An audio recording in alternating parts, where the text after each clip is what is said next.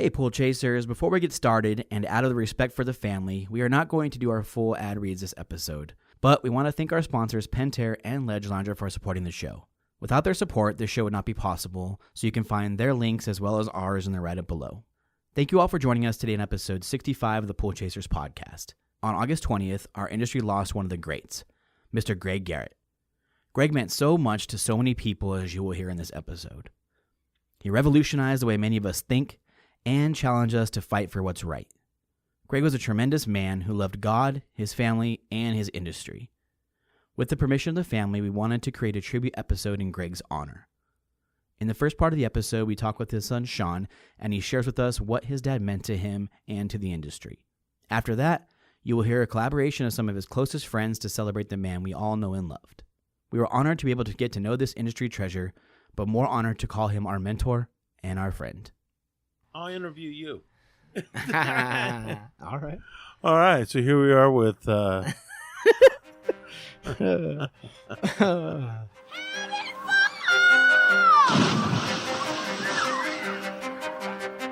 Welcome to your go-to podcast for the pool and spa industry. My name is Tyler Rasmussen. And my name is Greg Villafania. And this is the Pool Chasers Podcast.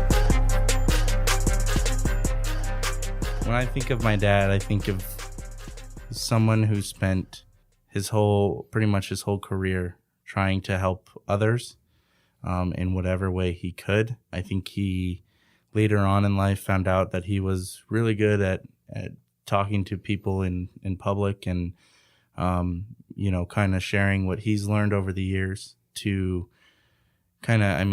he worked over, 40 years in the industry.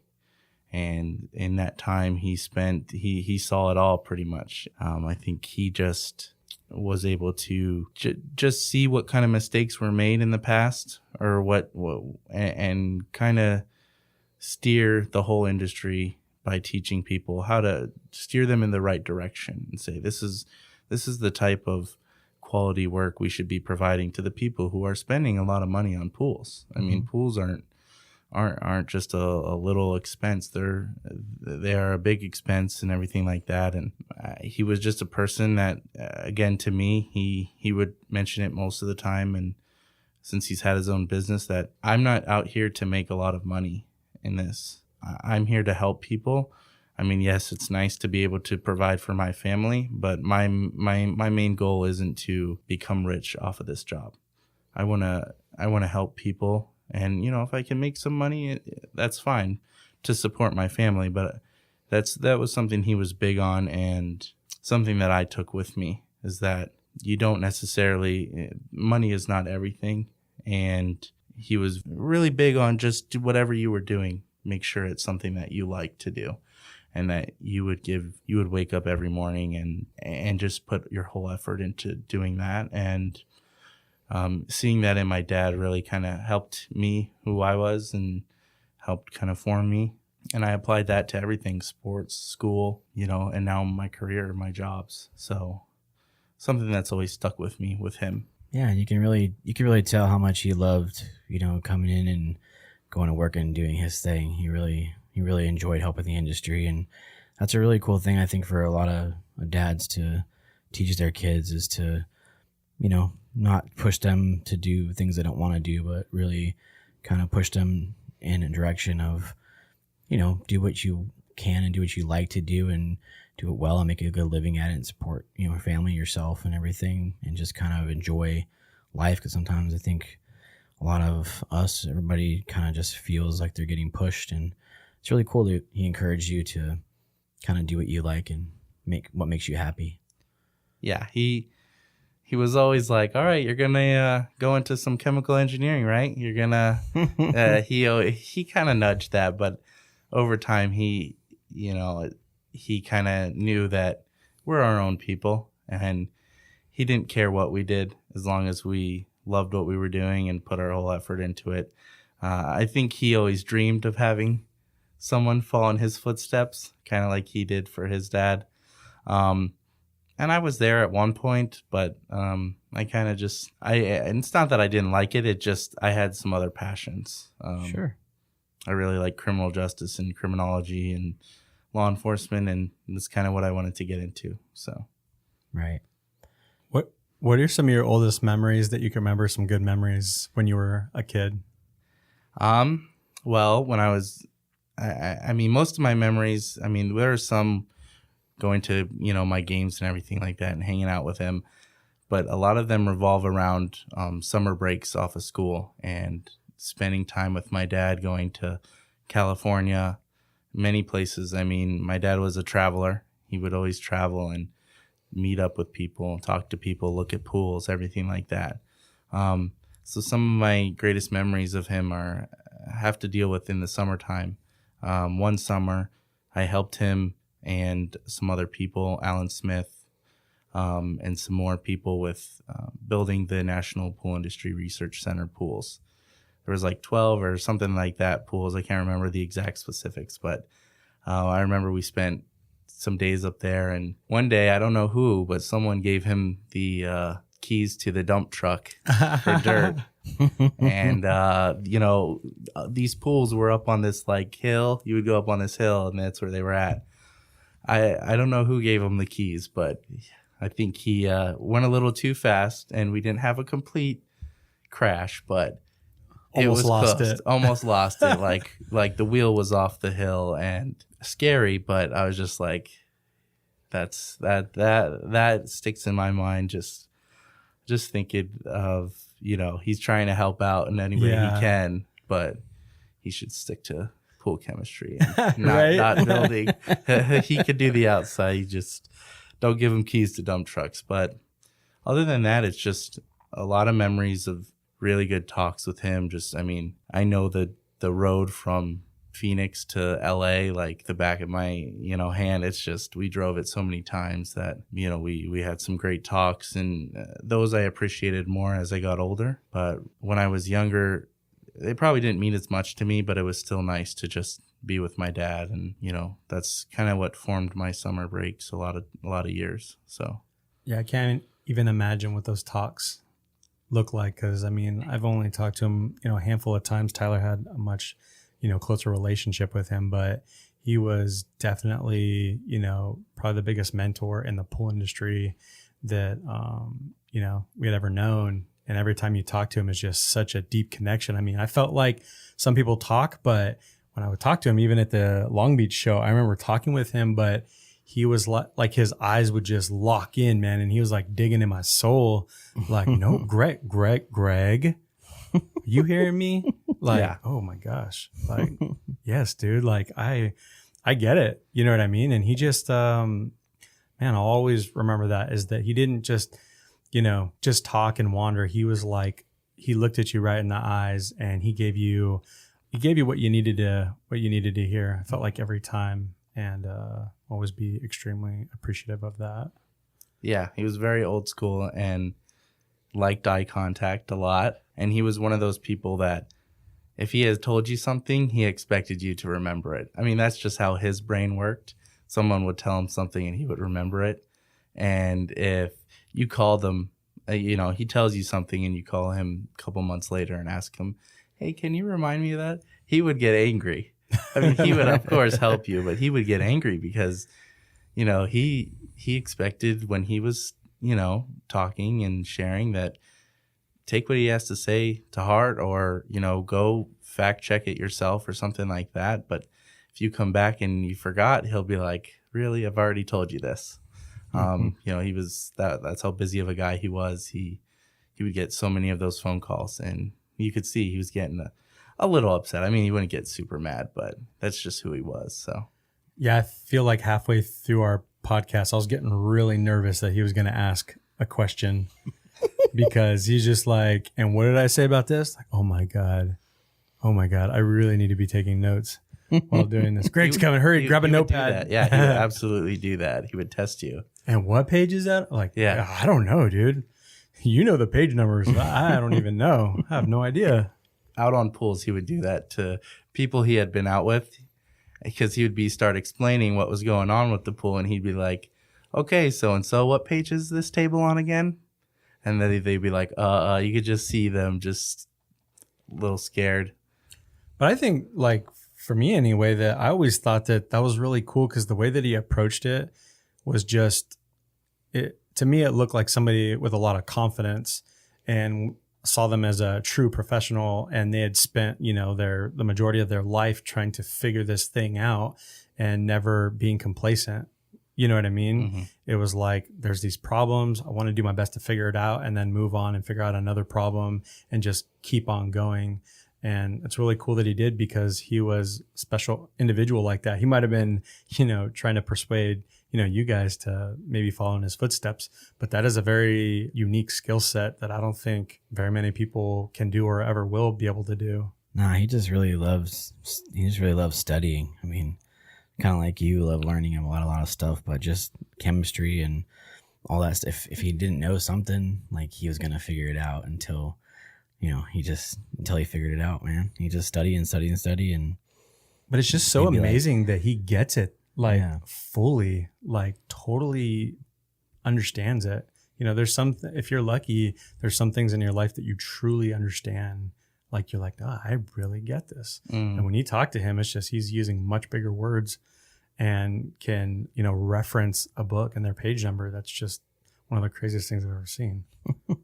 Yes, he has so many bookshelves full of just books about anything chemistry, cement, anything like that. That's what he did. Instead of, going home watching TV, he'd go home and crack open one of those books, or something would remind him of that, and he'd go and look it up and refresh his mind just to keep it all. I mean, that's something that he did a lot of. It was very, I hope I can, be able to memorize something in my life the way he can. But that really made me realize how much of a gift he had for this kind of stuff, and how much that showed that if you really like something so much that, all it takes is some effort every day.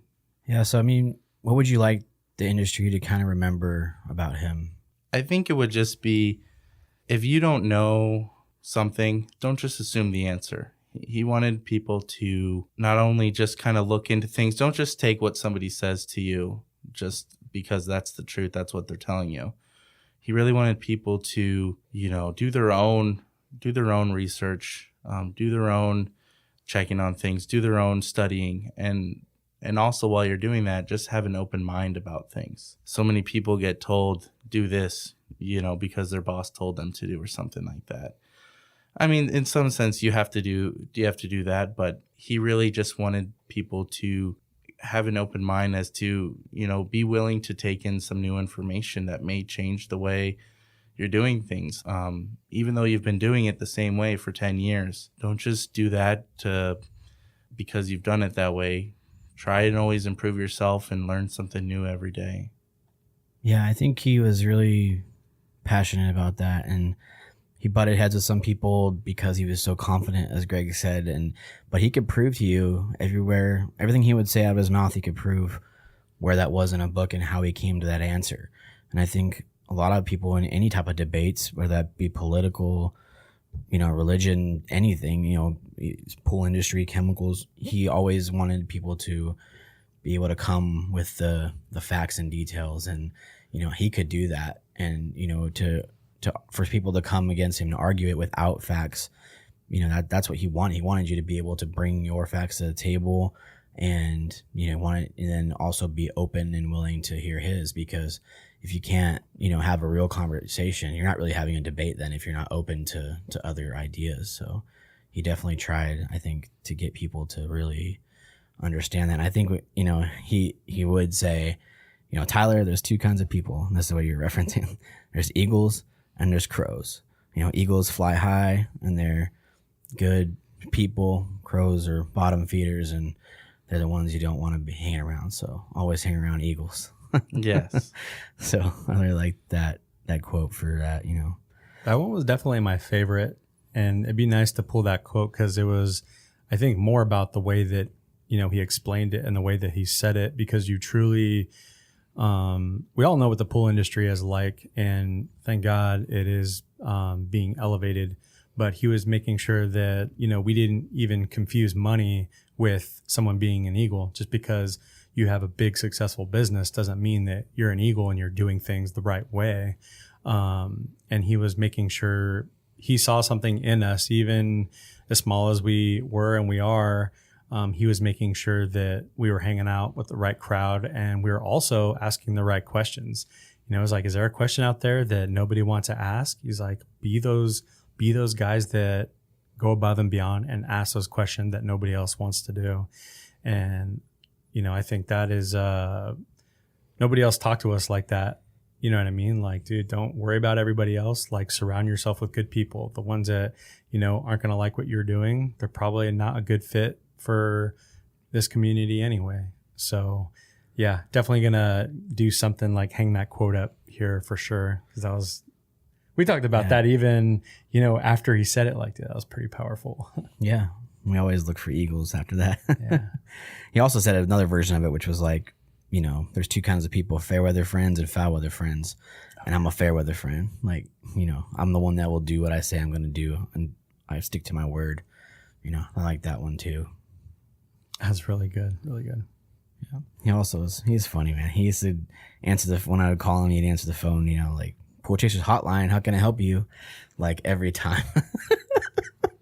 He's such a character. He was on the phone a lot, and that was his way of making it fun. I mean, gosh, it seemed like he was always on his phone, but that was just who he was. And, you know, he was a person that just, I mean, we go and talk about his memory and his brain for all of this, but, you know, technology was a little rough for him. But when he got a smartphone, an iPhone, I don't think he knew that the contacts list was a thing. You know, he had his written contacts, but he would see a phone number calling him, and he'd know who it was. And if he didn't, he'd take a little extra and be like, I wonder who's calling me now. But for most people, for the numbers, he would know who it is. And that always surprised me. I'm like, Dad, you do know that this feature exists, right? And he's a little slow, but you know what? I loved him for it. And I think that's why he really liked you guys as well. When he found out, again, what a podcast was, I think he really liked what you guys were all about, and trying to, you know, just bring in a bunch of people and talk about this industry and what can be done and what are some issues. And just, he liked you guys in general, just because that was what he was doing, just in a smaller scale. Like, I think he envisioned, you know, making videos or, you know, doing something like that. He just never really got around to be able to, you know, make those types of videos, whether it's on YouTube or whatever. But I think that was always a dream of his, once he kind of realized what, you know, how much or how far his word could spread through those kind of media outlets. I think he he used to tell me all the time, you know, man, if I was 20 years younger, I'd be doing podcasts, and I would be educating people like crazy or something. He used to tell me that quite a bit. And, you know, he definitely could have, if he was younger and figured out technology, you know. But like you said, man, he could know an area code, which was crazy. You know, I remember driving with him and Shawn, and he'd be like, someone would call, be like, what's the area code? So, oh, that's so and so. Answer that. And he'll be like, no, it's just. I'm like, wait, you don't have anybody in your phone? Nope, I know their numbers. I'm like, oh man, you're funny. Yeah.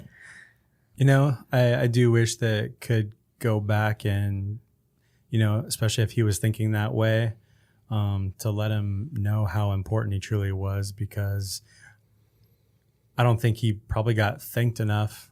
You know, the industry, we wouldn't even be able to be here today or talk to the people we have if it wasn't for the discoveries he's made and the things that he's probably saved people millions of dollars because of things that he found out through research. And so I think there's a lesson to be learned there, that, you know, all the pioneers in the industry, or anybody really doing a good thing and going above and beyond, you never know what life's going to throw you, and make sure that you treat every day like, you know, and treat every hour like it's your last.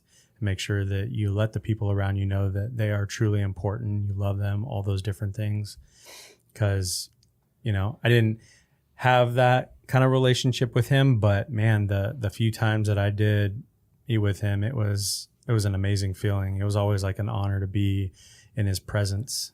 You know, it wasn't just like that man. It was like, man, you're just like, look at you. I just see history and all the things that you've gone through and all the, you know, hours you must have, you know, the sacrifices that you have to make with your family and the sacrifices you make in not doing this and doing that. But it's to, you know, keep your head in the books and get these things figured out to kind of better us all. These are all things that we don't have to figure out.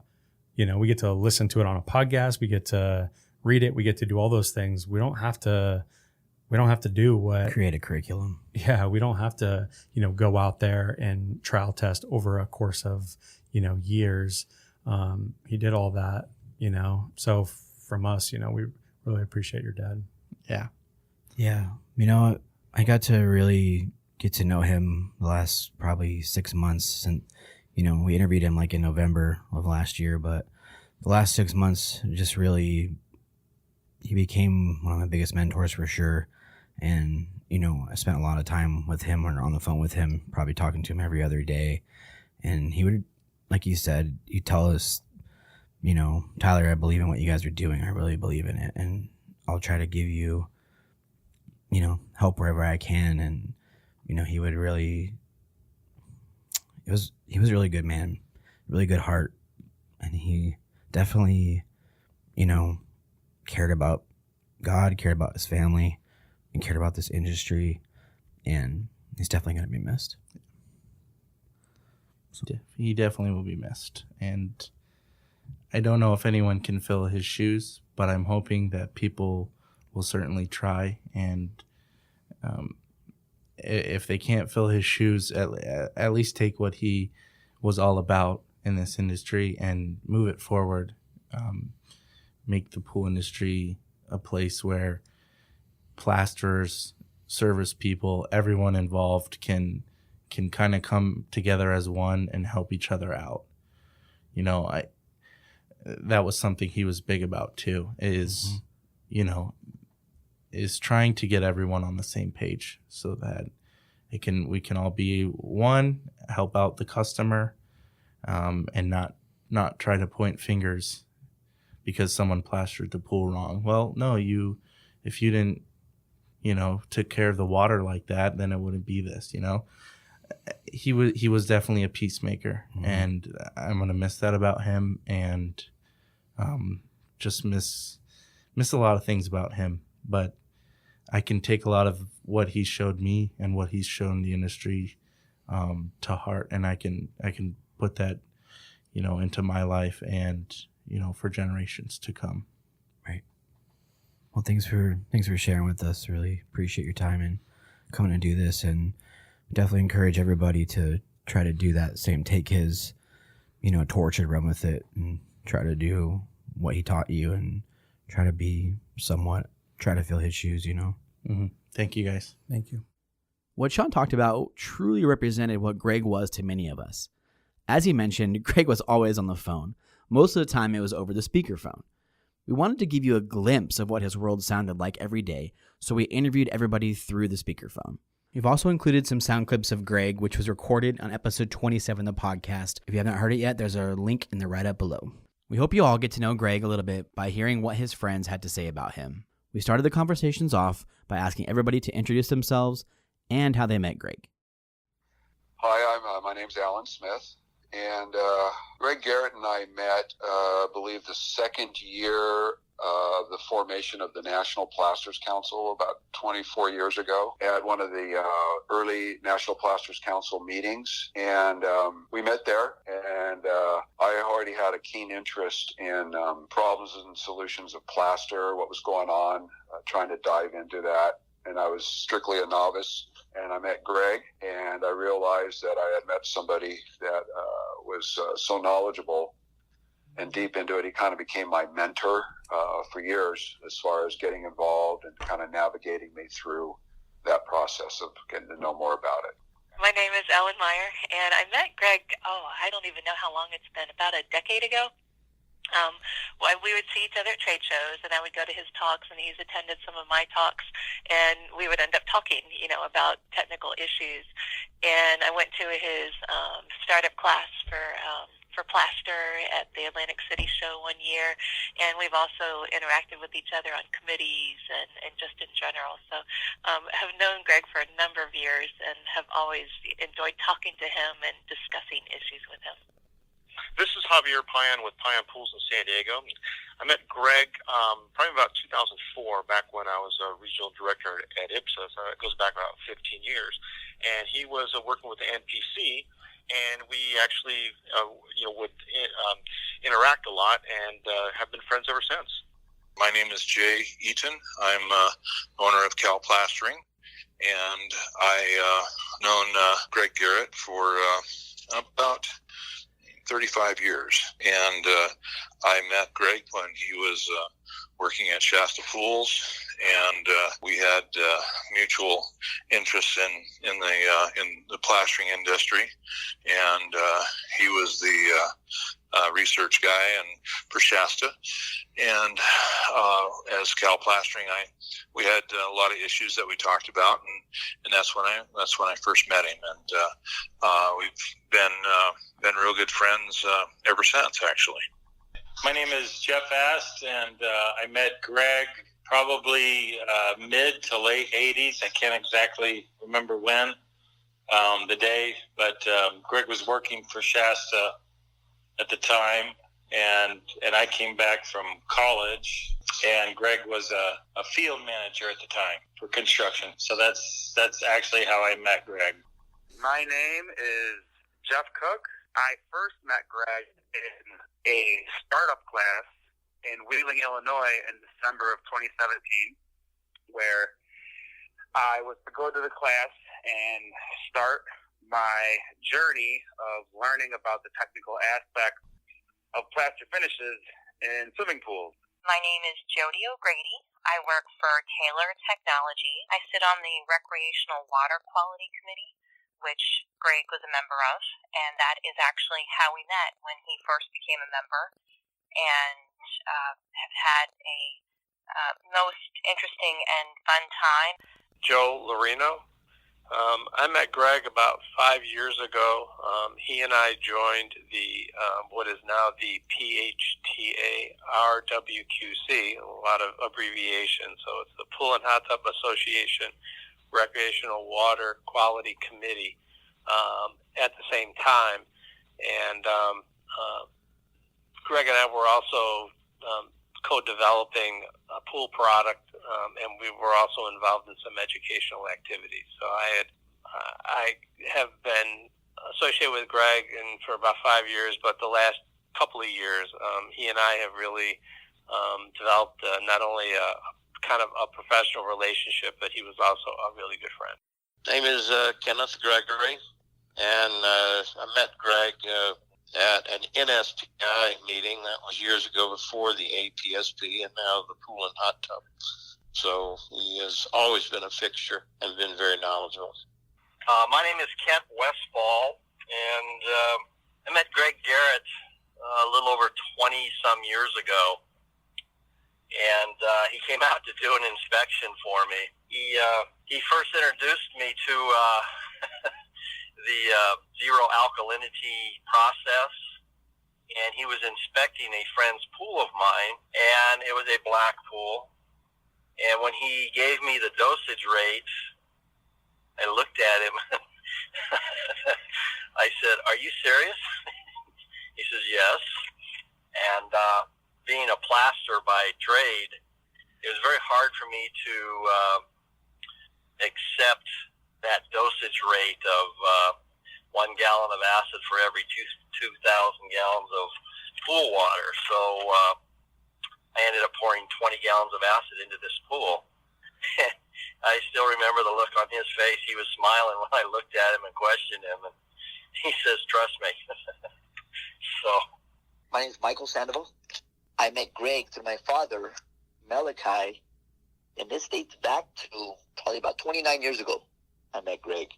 My father was going into Greg's office to meet with them, probably about a job or some materials, because Greg used to be a supplier of decking materials. We started off in the decking industry, and I was just a 9-year-old little guy, and coming on in there to meet Greg, And I was just in there with my father. I probably was wide-eyed open and just listening to everything he said. But he was just so charismatic, even then, charismatic, very knowledgeable, very confident in what he said.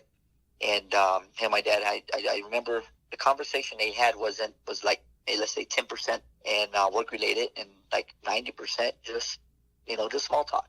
Greg was very personable. He wants to know your family. He wants to know how you're doing. He wants to know what you're up to and what your big plans are. And he just wants to know about you. And I really specifically remember that just as being a kid. And of course that carried on as I continued a long-lasting relationship with Greg on a professional level and of course on a personal level.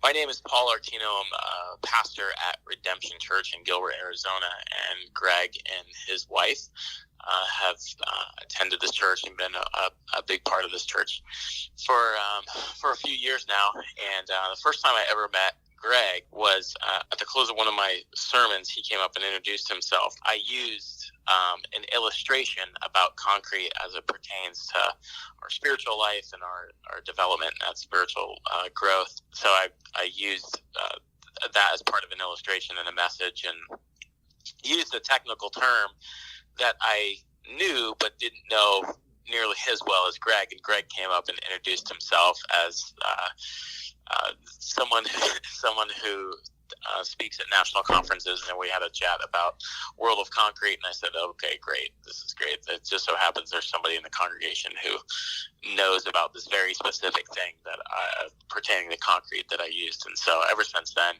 Greg, we just always had a great relationship every Sunday, just kind of chatting with each other.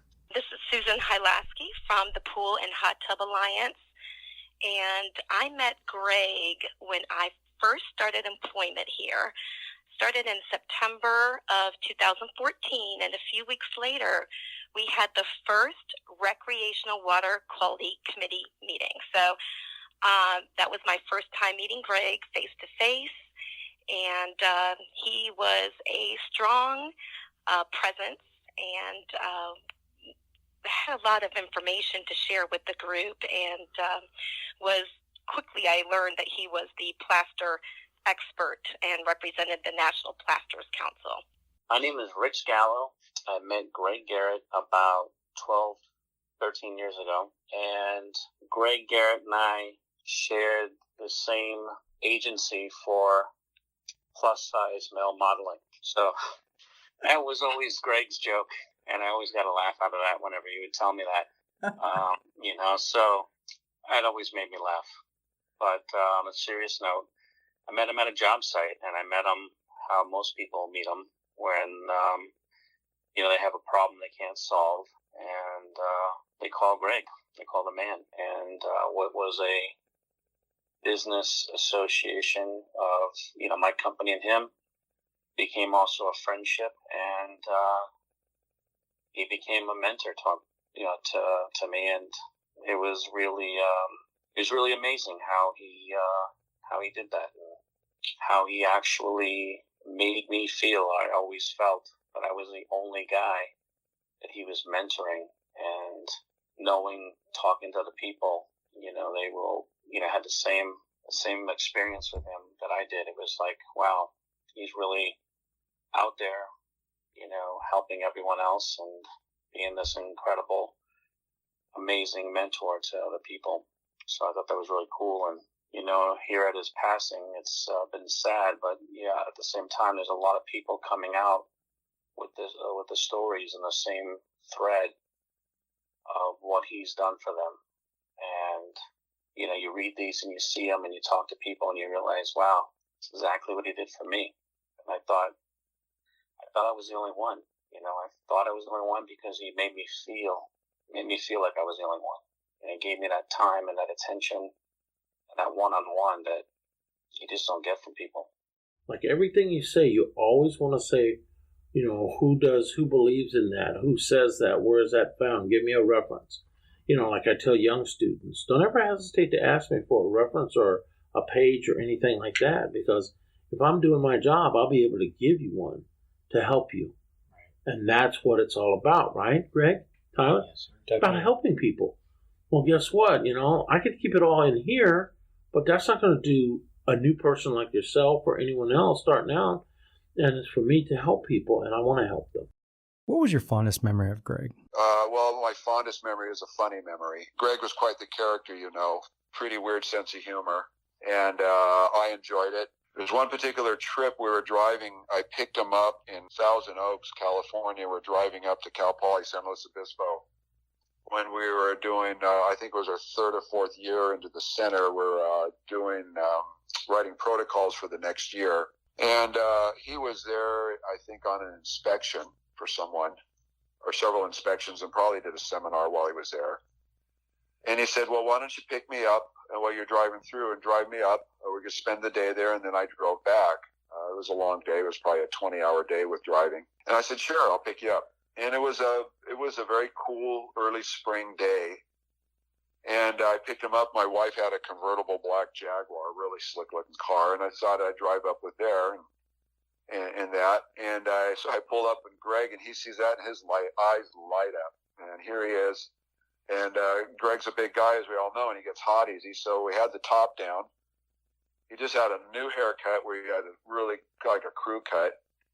And we're driving up the coast. It's probably high 50s, low 60s, and that cool air going over his head and through. He just thought that was the coolest thing. And so he's cracking up. So he wants to take a picture of himself and send it to everybody. He has a little Kodak Instamatic camera. And here he is in the front seat of this thing. And so we're driving down the freeway, probably doing 70 miles an hour. We're going through Santa Barbara. And great scenery. Or just past Santa Barbara, getting into Goleta. And he had been taking pictures. His camera's full of pictures of some of the job sites he was on earlier and all that. And I said, Greg, he wants to take a selfie. So he's going to stick his hand up above windshield and take a picture down at himself cruising on Coast Highway in this convertible Jaguar because he's so cool. So he does that. As soon as he sticks his hand up, that wind shear off the windshield sucks the camera right out of his hand, blows it back, and I look, and there was a truck behind us, just runs the camera over and smashes it. And he turns around, he looks at it, and the look on his face, because he lost all his pictures from his previous, what he was out doing on inspections. And I just thought it was funny. I started laughing so hard, the look on his face, and it was one of those, you had to have been there.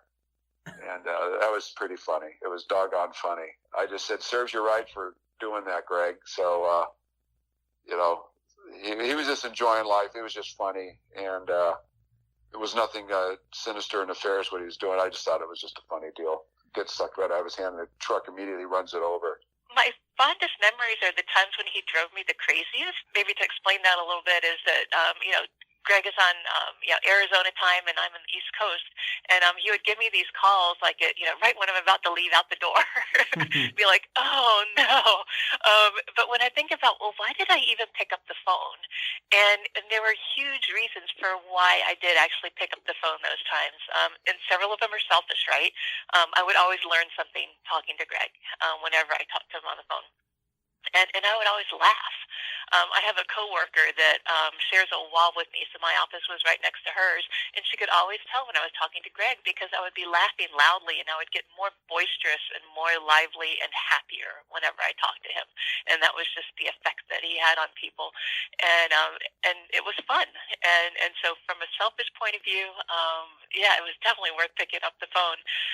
But also, I just enjoyed Greg as a person. He cared about people. He cared about the industry, and he really cared about doing a good job and helping others do a good job. And it was just great that he would call me and let me be a part of that, a part of his effort to help people. It wasn't a specific, fond memoy, but many conversations that I've had with him for selfish reasons and non-selfish reasons, I got a lot out of them.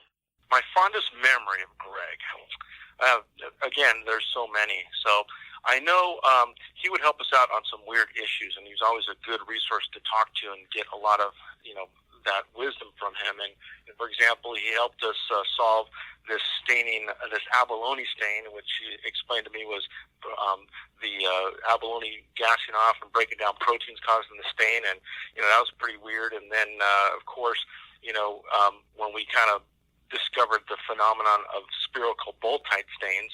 That was like really just a great story, and really over the tops. But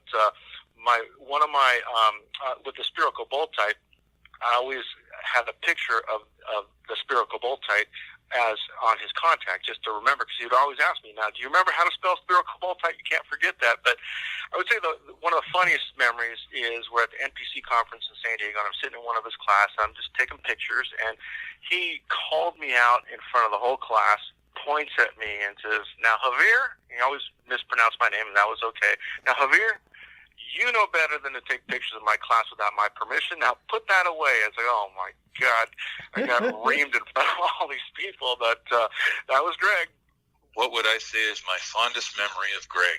And there's a lot of memories, but probably one of the memories that sticks out in my mind is the most was in 1993. We were going over we were flying to California to teach a class, and mainly he was the teacher. I was the little bit of an assistant, and we'd known each other for a long time. The one thing that we'd never done is we'd never flown anywhere together, and we were always doing stuff around here.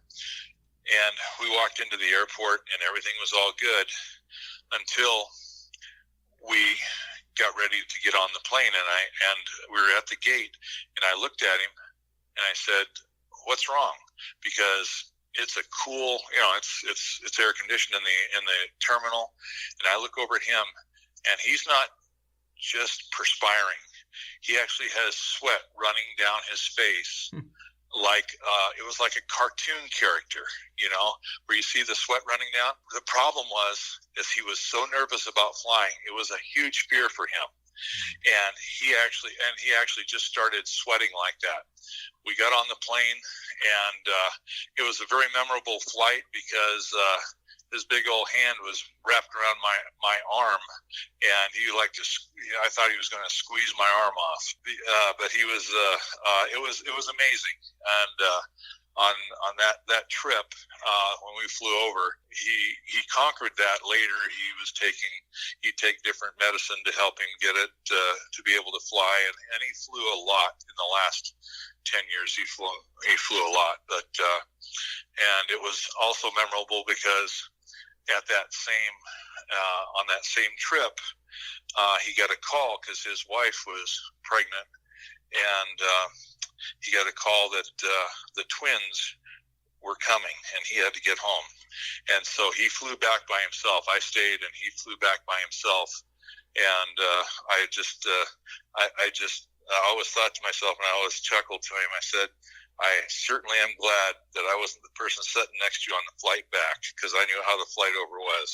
But a great guy with a great passion, and he got over that fear of flying. I wouldn't say he got over it, but he certainly dealt with it. But that's one of my fondest memories was of his ability to do that.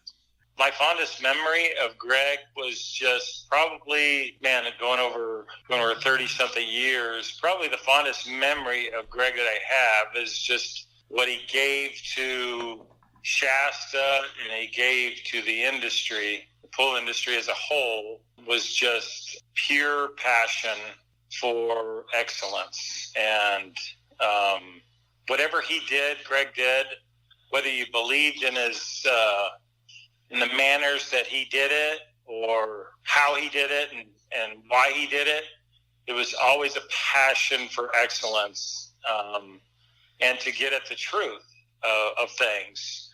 I used to call him the answer man because Greg spent a lot of time on research. He wasn't the guy that, even though he had the gift of gab, which he did, he was the best of the best at gab.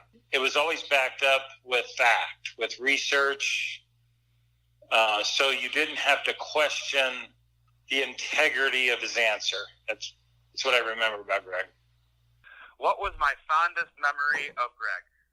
I would have to say it was December of last year. We were in Tempe, and we were doing a 3.5-day program to train future qualified plaster inspectors. We put together this 3.5-day program, of which was the MPC startup class, and then Greg's diagnosing plaster finished problems class, Greg's pool chemistry certification for residential pools class, and then Kent Westfall's class of pool inspection reporting. And I forget which class it was. It was one of the first three classes where Greg was teaching, and somebody had asked him a question, and before he can even finish the sentence, Greg being Greg, kind of finished the sentence for him, and then the whole class laughed, and then immediately Greg says, "Do you want a reference for that?" And the person asking the question says, "Sure, Greg," and Greg immediately cites a book, chapter, verse of exactly where that information is from, and the entire class is laughing. And then later on in the class, somebody asks a question, and once again Greg goes, "Would you like a reference for that?" And the whole class laughed, and it was just really funny, because if you know Greg, his passion was knowing the correct information and knowing where that information came from, credible information that you can rely upon. So Greg's big thing is, all right, well, where did you get that information? So that would have to be my fondest memory of him, because I mean, if you know Greg, you know his brain was a steel trap where he retained everything he read and saw, and that memory it went to show, his personality, and that was my fondest memory of him. I would have to say we were at one of our meetings, and I was trying to think where it was at, but I know the situation. He had just recently asked Shauna to marry him, and our tables that were set up in the room for our meeting had some decorations on them. Usually, those kind of tables are set up with a tablet and a pen and a pitcher of water. But for whatever reason, wherever we were at, or the decor of the hotel, they had as decorations gold bands and these crystal gems that looked like diamond engagement stones. So we actually got a picture of him holding it and, kind of showing, kind of replicating how he asked Shauna to marry him. And I think the reason why it's so fond is because he was just so happy and tickled that he found this wonderful woman who I've also gotten to know. And I think that's what also makes it so hard, too, that they were, becoming this or had been this power couple, because they supported each other so much.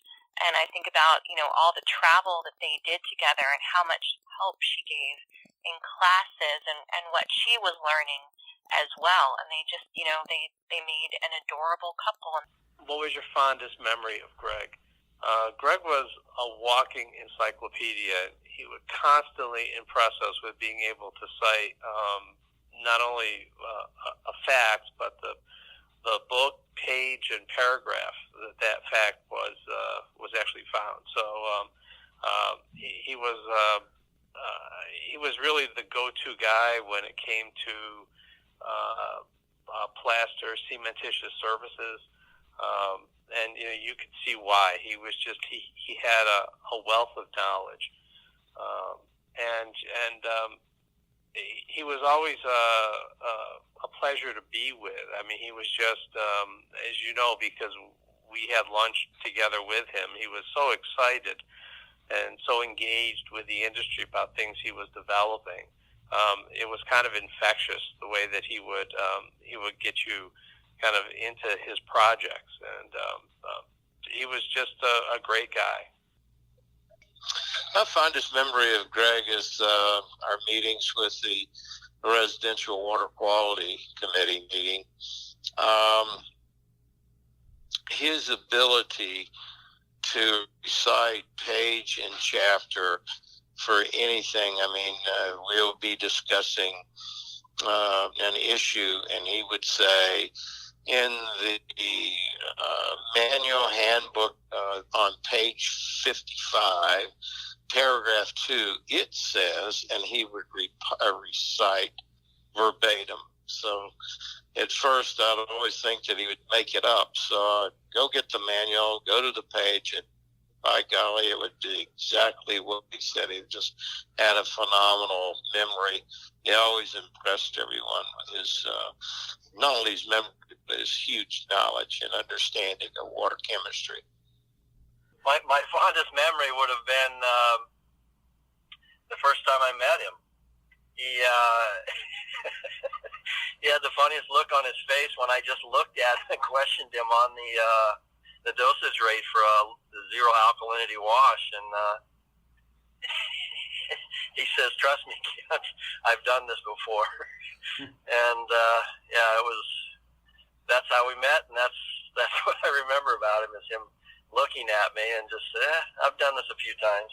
He would also be sitting up at the front of the class and have the class introduce themselves one by one, give their names, stand up, give their names, and then he would remember their names from that point forward,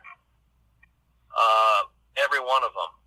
So he had a memory that was unmatched, and it was fun to watch him put it to test.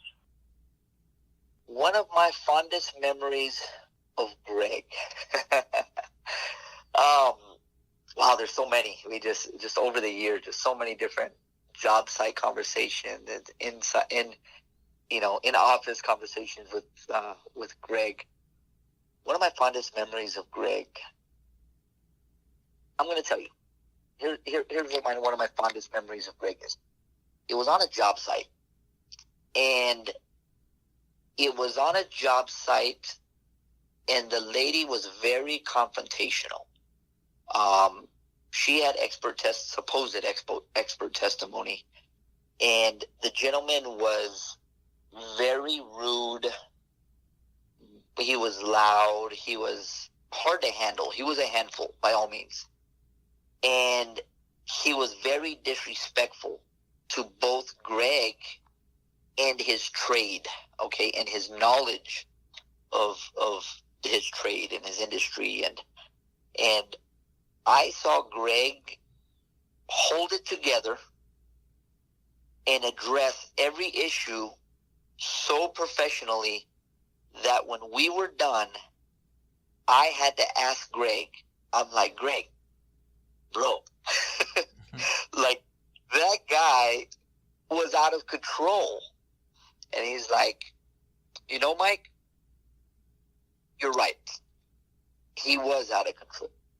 And it was obvious in about the first 2 minutes that he started speaking that he knew nothing about what he was talking about. He said, but my job isn't to convince him otherwise. My job is to represent our industry based on the facts and put it out there in hopes that he understands that he doesn't know anything about the industry, you know? And I kind of took a minute to process that, but I started thinking more about that, and that defined Greg and who he was. It really did, because Greg's whole point is not to belittle anybody, because you met the man. He's extremely knowledgeable. He could very easily speak language that it's English, but it will confuse you.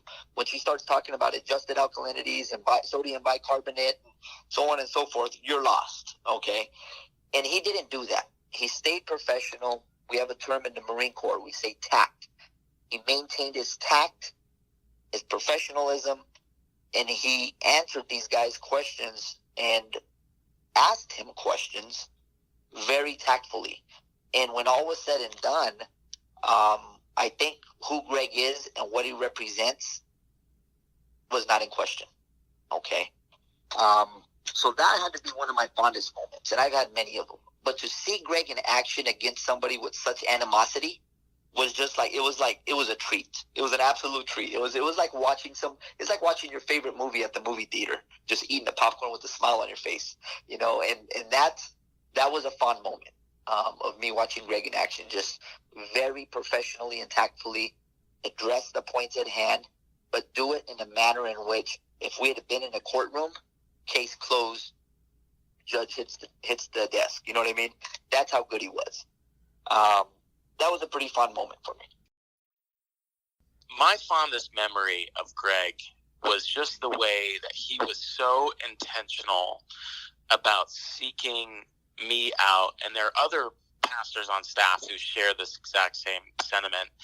But Greg was a guy who would always seek us out to encourage us. And then he would go out of his way to tell you how much that he appreciated you and what you were doing. And it just felt like there's a guy, you had like a guy just kind of cheering you on in the seats who was for you. And yeah, he was very intentional about that. So it's not necessarily one isolated memory, but my memory of him is how intentional he was to be an encouragement and to be a real helper to myself and to others.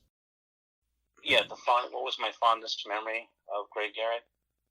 Well, that's a tough one because there's so many to pinpoint just one. But, Greg always had a sense of humor. If you really got to know this guy, it's, he was just, full of laughter. So, we had him at the house one time, and we did a barbecue here, and we made fajitas. And I thought, wow, I'm going to really go out for this guy. And he's coming all the way from Arizona to my house in Santa Clarita, and and this is like a big thing. So he sits down and he starts kind of giving me this funny look and starts asking me, he says, "You don't by any chance have onions in those fajitas, do you?" And I said, "Yeah, of course I do." He says, I'm allergic to onions. I can't have any onions whatsoever. I can't even be around onions. So I thought he was joking. Turns out he wasn't joking. He was definitely allergic to onions. So we scrapped the fajitas and kind of went through the fridge and the freezer to figure out what we had. And we were like, fajitas was our main thing. So all we found were chicken fingers and some corn nuts. So we actually made a meal out of that. He was happy, and he sat there and had chicken fingers and corn nuts, and we all did too, since he couldn't be around a table with onions. And he was just a guy that made the best of it. And he would always, give me a jab on that. If he was coming over, he says, "Hey, we're not having the chicken fingers and corn nuts again, are we?" So yeah, he's allergic to onions. And that was a big thing because we just, we had a good time that afternoon and that night. And it wasn't so much about what, we have on the table. It was what he was bringing to the table and what he always brought to the table as far as himself and just the sincerity of a human being, of a man, what he has to offer and what his friendship meant. And, you have these unconditional loves for people, and it's a very rare thing, and this is the type of relationship and fondness that you usually get with family, with blood. And to see that outside of a family situation, it was always good to have that around. And that's going to be missed. I think that's going to be the biggest thing I'm going to miss about him, is that he was a friend and a mentor to me and to a lot of other people, and a great guy. And he was always there. I don't ever remember him not being there. And that's a real rare thing these days.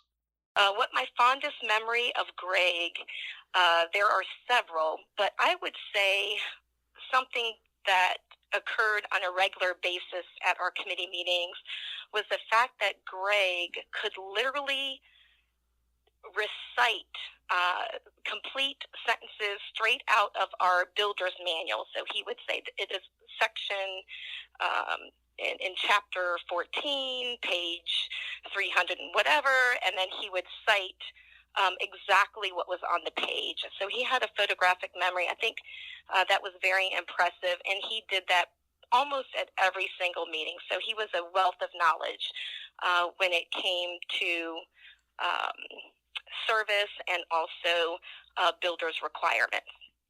I have a really good memory, if you haven't picked that up on that yet. So I'm able to remember almost every page I ever read, and I can quote it just about by heart and tell you where it's at and what it says. And that helps me a lot with people, because if you have the same set of books that I own, Greg and Tyler, then I can refer you to that book and I can get you assistance very quickly. What did you like most about Greg? What I most about Greg? Well, again, this falls back, his integrity, his scientific method, how he would try, when it came to the Cal Poly studies, people don't know that except the people that were there, or how he would not try to manipulate anything. He would let everything speak for itself, let facts speak for itself. Look for references, known trade references, look for evidence, and properly apply them to come out with an accurate conclusion. That's what I liked about him. He always went that direction, and I love that.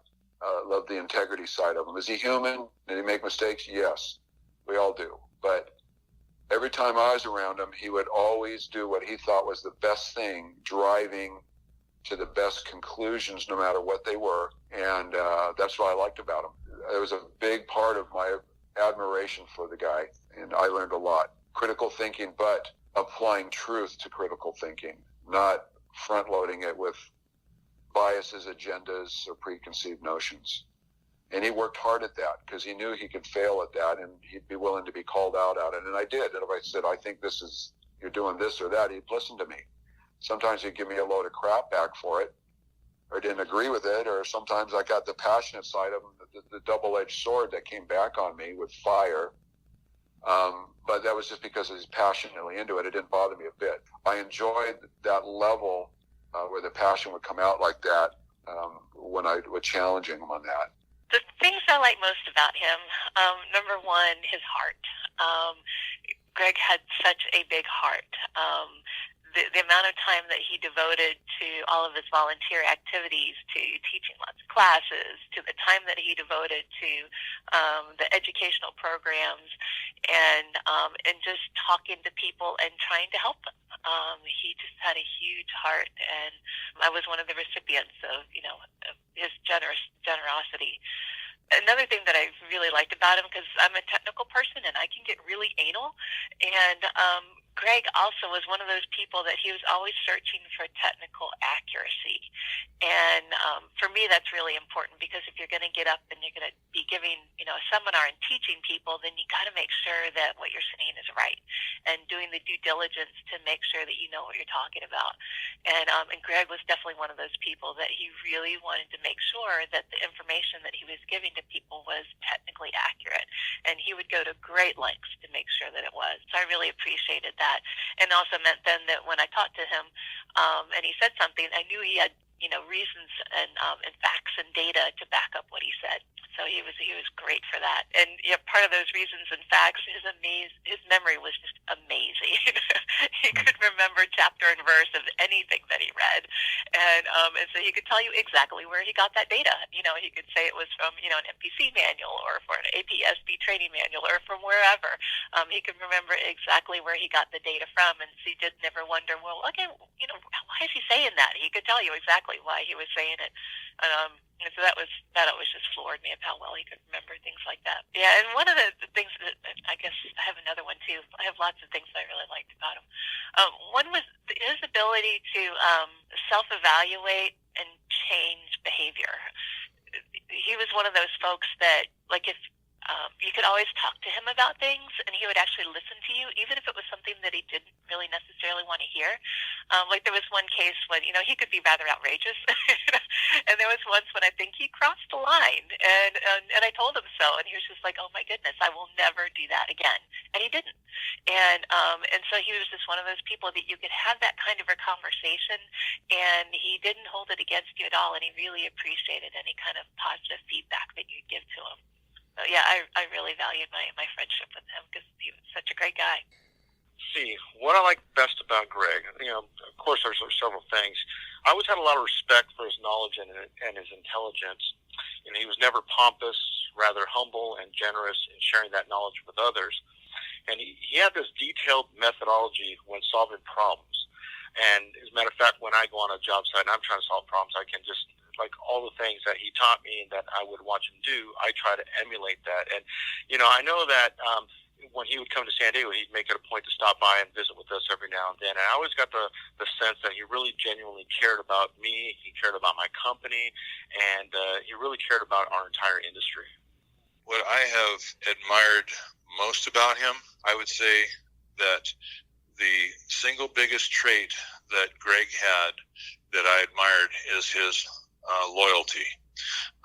He was a very when you were his friend, you were always his friend, and he would always do what he thought was right on any situation.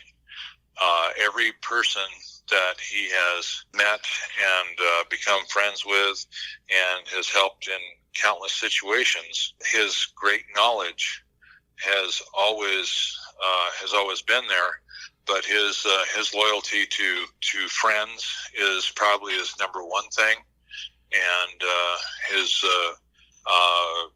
passion for teaching is actually his biggest thing that he wanted to be known for.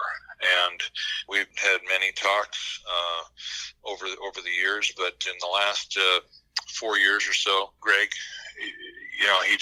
he would repeat time after time, if I do nothing other than teach, then I'm happy, because that's what I really like to do, is to teach and see people gain knowledge, and from all walks of life, all their, whatever their part of the industry was, that they would attend his classes and they would learn. And it was just amazing. He was just amazed at how people would gather knowledge and then keep on asking me questions, and then they would come back for other classes. And I just admired him because he had that passion for it, and the loyalty that he had to the industry and his friends. They're pretty much unshakable. He was a very good person. I liked most about Greg was his passion for excellence. He did so much studying. I don't think people understand or realize the research that he did to get to where he was. I mean, when he first came to Shasta, he didn't hardly know anything about interior finishes. He knew how to build pools because his dad did in Tucson. But he didn't know hardly anything about interior finishes, and it became a passion for him.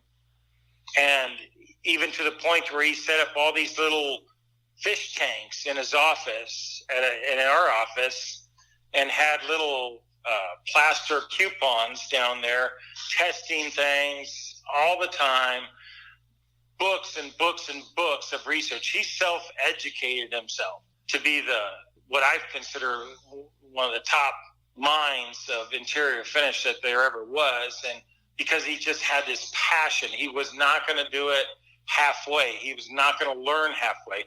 He was going to make sure that he not only had an answer for everybody, but it was an educated, factual answer for them. It wasn't BS, but everything that he said was always based on fact. And when it came to interior finishes and chemicals and water balance, it was always based on really hardcore fact, and I love that about him. What did I like most about Greg? Oh, man.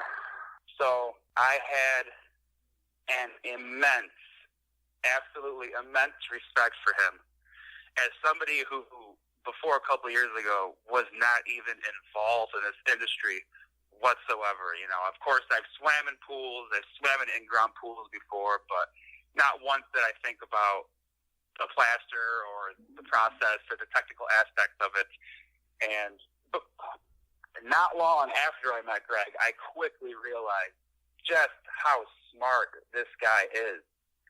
And I mean, what I like most about him, his passion for the industry. I don't know if I'll ever meet another person in my life who has as much passion as he did for the pool industry. On top of that, how much he was able to retain, how much information he was able to retain. I mean, it is just incredible. It's honestly on the genius level, in my opinion. Greg, he had a mind where it didn't matter if it was the pool industry or what industry, whatever he put his mind to, he was going to be the best expert in whatever industry he was going to do. And I just had such an immense amount of respect for him, and he was always extremely serious about what he did. And, you know, it was serious first, and then, you know, then we can joke around later, but it was all business first. So that's what I like most about Greg, his immense level of passion and just the incredible capacity of his brain and how much he can retain and how much he can just reference something on the spot from something he read 20 years ago. What I like most about Greg, you could always rely on him to help out with whatever you were doing. He cared about the industry. He cared about people. I've been astonished at the number of people he's had a positive impact on. He was such a force in the industry. He was a great person. He'd bend over backwards to help you. I mean, he was just one of those people that would, you know, he would help you. He would, if you had questions, he would find you answers. And there were times, of course, that he would ask challenging questions himself, right? So he was just someone that you wanted to have present at these meetings, and someone you wanted to go and have lunch with. I've been asked by a lot of people, you know, how do I feel, you know, with Greg passing, and I tell them, I said that the industry lost one of its best talents.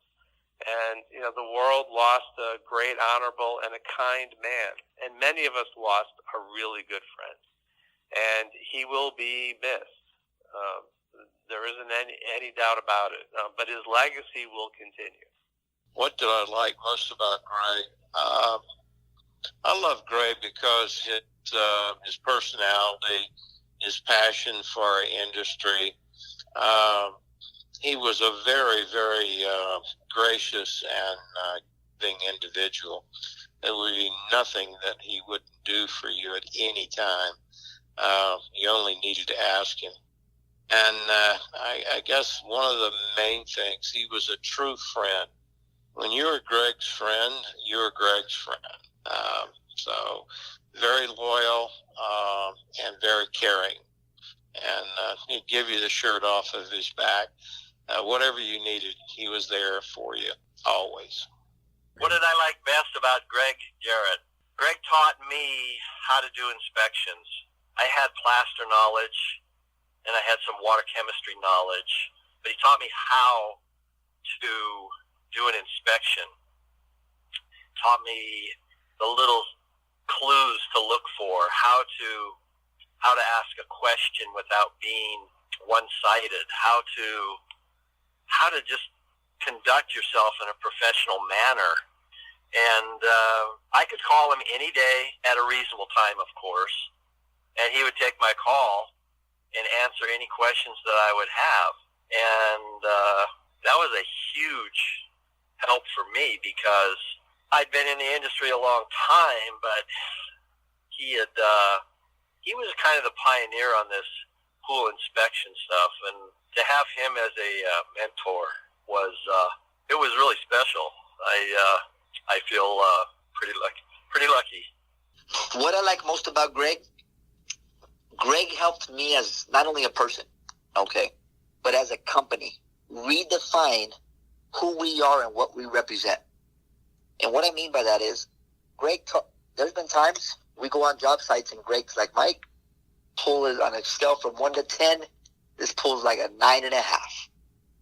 But I can tell you right now, Mike, that customer is not going to be happy with anything I tell them, anything you tell them, or anything any inspector tells them. So I'll tell you what. Let me give you my recommendation. I go ahead, Greg, hit me with it. He told me, this is what he tells me. He says, Mike, in our business, we always keep a happy customer happy. Okay? And I said, what do you mean? He says, Mike, was this a good client? I said, yeah, good sized job, and we had no problems up to this point. He says, then there you go.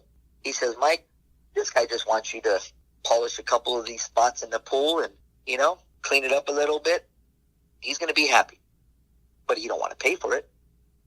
But if you do that, you're going to keep a happy customer happy. He says, you're going to have to give a little to get a little.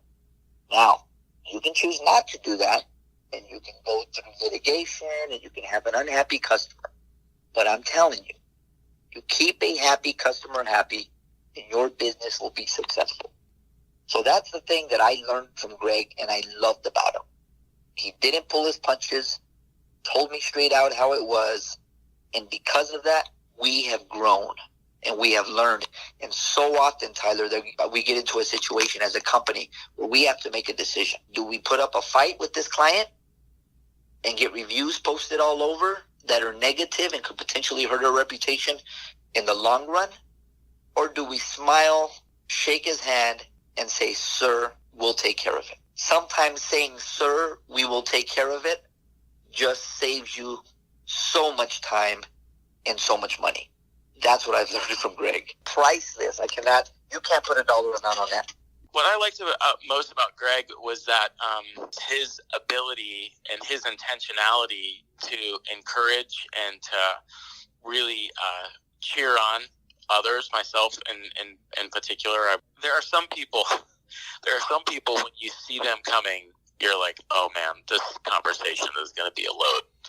But I always had a smile on my face when I saw Greg coming, and he was always smiling, and I knew, he jokingly give me a hard time about something, but then he would always just say how thankful he was, how happy he was, and how just how encouraged he was by the things that I was doing in his life.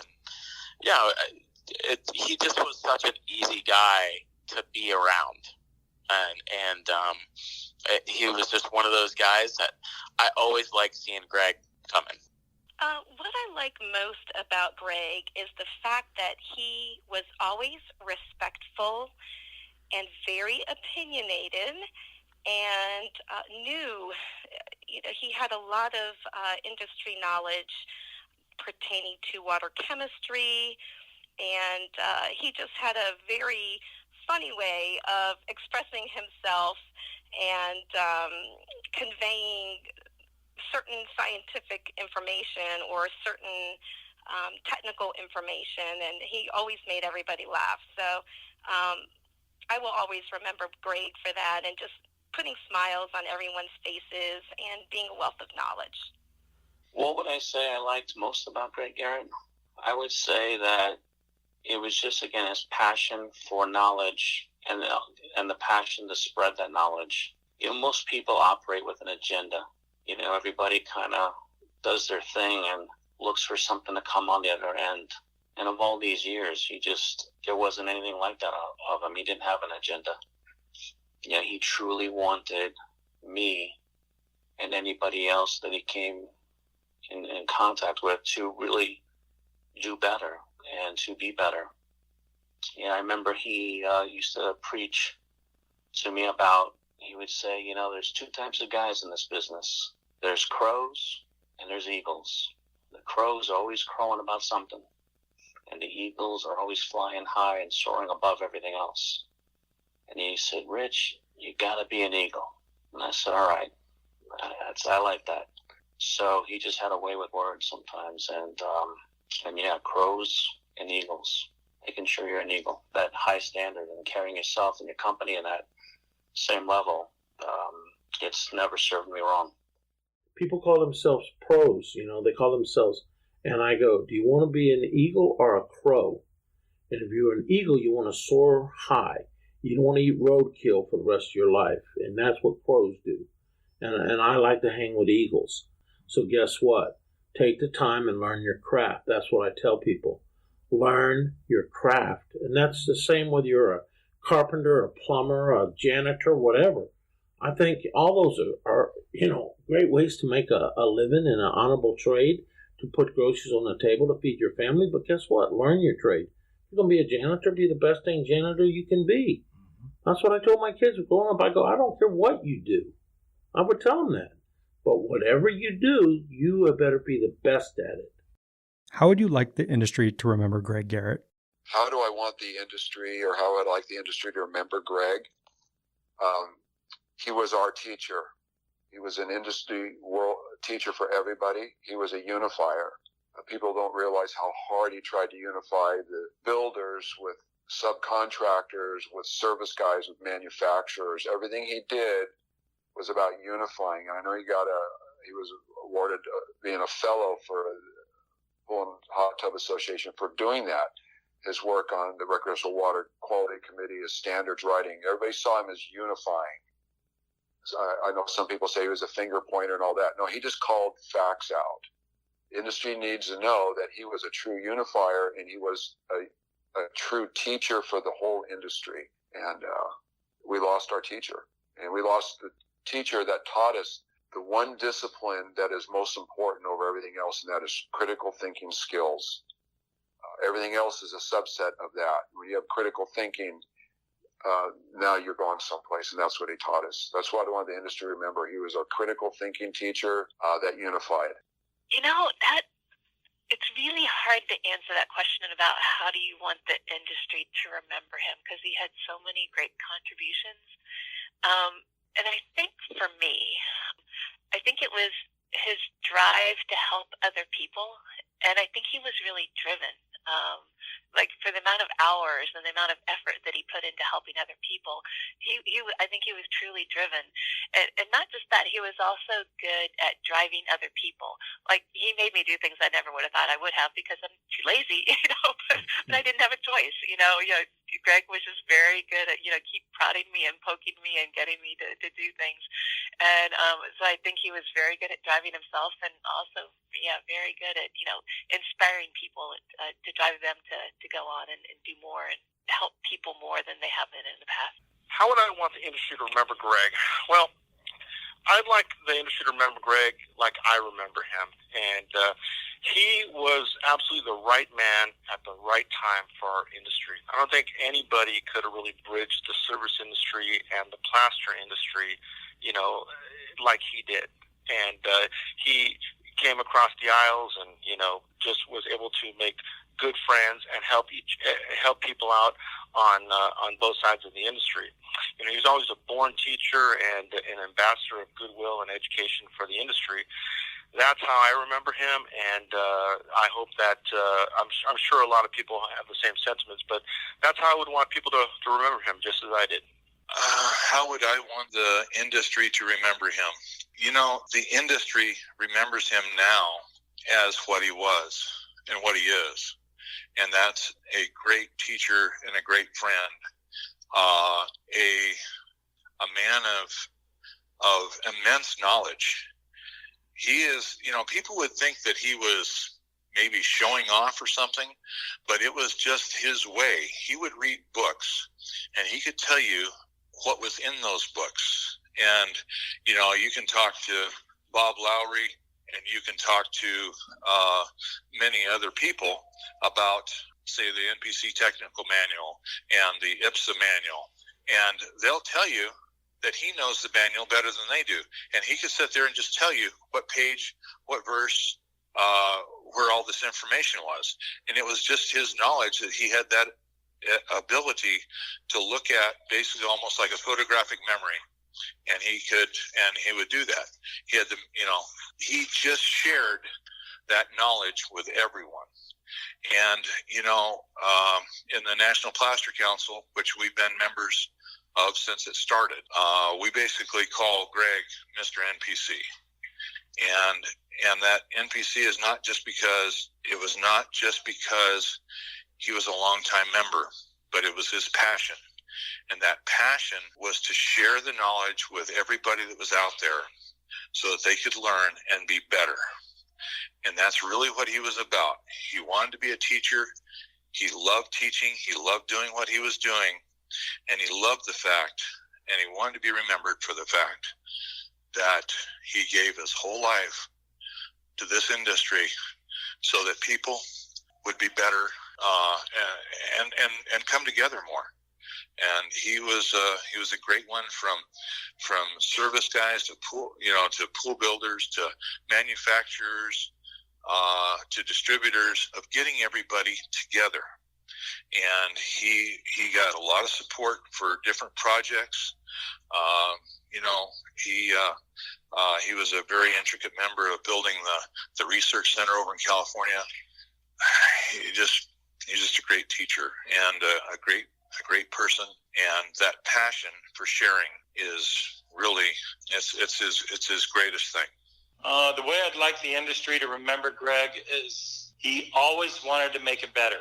He always wanted to make the industry better, stronger, faster, and that's what his passion was, to say, man, if there was something that he didn't know or the industry didn't know, he wanted them to know it. He wanted them to be better all the time. He was constantly pushing for just to get better, always be better. How do I want the industry to remember Greg? Wow. That's tough for me to say, considering I've only been in this industry for about 2.5, almost 3 years now, and I'm sure my answer would be greatly different than someone who's worked with him for 30 to 40 years. But in my opinion, I would like the industry to respect and remember the passion and incredible hard work he devoted his life to, so that someone like me, just coming in the industry 2 years ago, can pick up and learn stuff so quickly because of how passionate he was at teaching. He had an absolute passion for teaching. And it takes someone like me who didn't know anything about this. Now 2 years later, I'm no expert, but I can definitely tell you more about pool plaster than the average person, that's for sure. And I would really like the industry to remember about how passionate of an educator he was, and how passionate of a worker he was in the field. He had a passion for diagnosing plaster. He had a passion for teaching. And I would like the industry just to realize just how much his passion and his incredible knowledge contributed, so that so many people from here on out, and already have done in the past, what we can learn and how we can get better, because it was never good enough for Greg. He was always trying to learn more. It was never good enough. There's always more to learn. And as smart as he is, he was always still so humble, saying, there's more to learn. I don't know everything. So I want the industry to remember how much he's done for the pool and spa industry, how passionate he was, and how much he loved to teach. How do you want the industry to remember him? There was a lot of things that I liked about Greg, but I think his passion for the industry and making it better through education is what I also admired about him, because he was relentless in such a good way. He really believed that through, repetition and just, being missionary-like, going to all these places and traveling all over the place, that he could really move the needle and having people understand how important some of those topics were.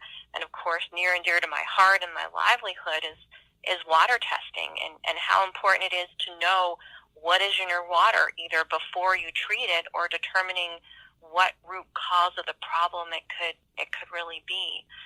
So as we have had a small conference call with a subgroup of us on the committee, we definitely decided we'll be talking about his legacy at our next face-to-face meeting. How do I want the industry to remember Greg? I think many of us are looking at ways to honor his legacy for both education and in terms of what he did for the pool industry and what he meant to this industry. I've been in discussions with his family, and I'm going to continue those. But the hope is that we would be able to establish some kind of scholarship in his name for an area that was important to him, and also probably establish an award that would be given out. I know that the committee that I'm actually chair of, that he was a member of, we're going to be bringing it up at our meeting in October. And many of the members and the associated companies are looking to do something or a couple of things to remember him. He was just such a force in this industry that we just can't move on without in fact preserving the legacy that he left. I want them to remember him as first I would say he was dedicated. Second, what a unique character he was. He could make you laugh at the same time as he was teaching you, and I think that was one of his great talents. He could make you laugh, and you'd still remember what he was teaching you. He always told people that to do your very, very best, and I think that with him gone now, that's what we need to remember. How would I like the industry to remember him? Greg was someone who was always trying and always seeking to help others do something better. So when Greg had started his new business, he came to me and he said he was going to hire someone who would be a warehouse manager. And he said, I want somebody that I can really help improve their life. I want somebody to where I can train them, pay them well, but really improve their position in life. I mean, just to use like a church word, he said his intention is that he wanted to bless someone with his knowledge and his business. He used his vocation for the good of others. And, I listened back to an episode where you had Greg on, and just the way that he was talking about how he was studying the techniques of the pool industry and looking for ways to improve on them, and the passion that he had on that. I mean, it's such a niche thing to be passionate about, but the way that he really did seek to make things better, whether they were people in his life or whether they were techniques or practices in the pool or plaster or concrete industry. Greg was always looking for a way. How do we make this better? I want the industry to remember Greg as someone who always positively promoted the industry, not only the Pool and Hot Tub Alliance, but the National Plasterers Council. He always promoted and worked for improving the industry. And so that's what I want him to be remembered for, not only as an industry expert, but one that really worked towards the betterment of the industry. So I think that I hope that the industry will continue to do things in honor of the legacy that he leaves behind. How I would like the industry to remember Greg Garrett, I would say that he's definitely he's definitely iconic, and he was full of knowledge and always wanting to give that knowledge out. And I'm sure there's going to be, scholarship funds in his name and things like that are going to be real important to carry his legacy out of just continuous education and always striving to do better. As smart as he is and all the information that he could display and page numbers and paragraphs and everything, he was always, telling us he's constantly learning himself. And he definitely had that humbleness of what he knows, but what he's also learning. And so I think the industry taking a good look at that we always have something out there to learn something new, ways of innovating the industry. And, there's a few people out there that had different views on, the same ideas of his, and they clash. And at the end of the day, Greg was always trying to pull people together. And, most of it worked out. And I always saw him true to what he knew, what was right, what he was doing. And what he was doing, again, was for the greater good of the industry.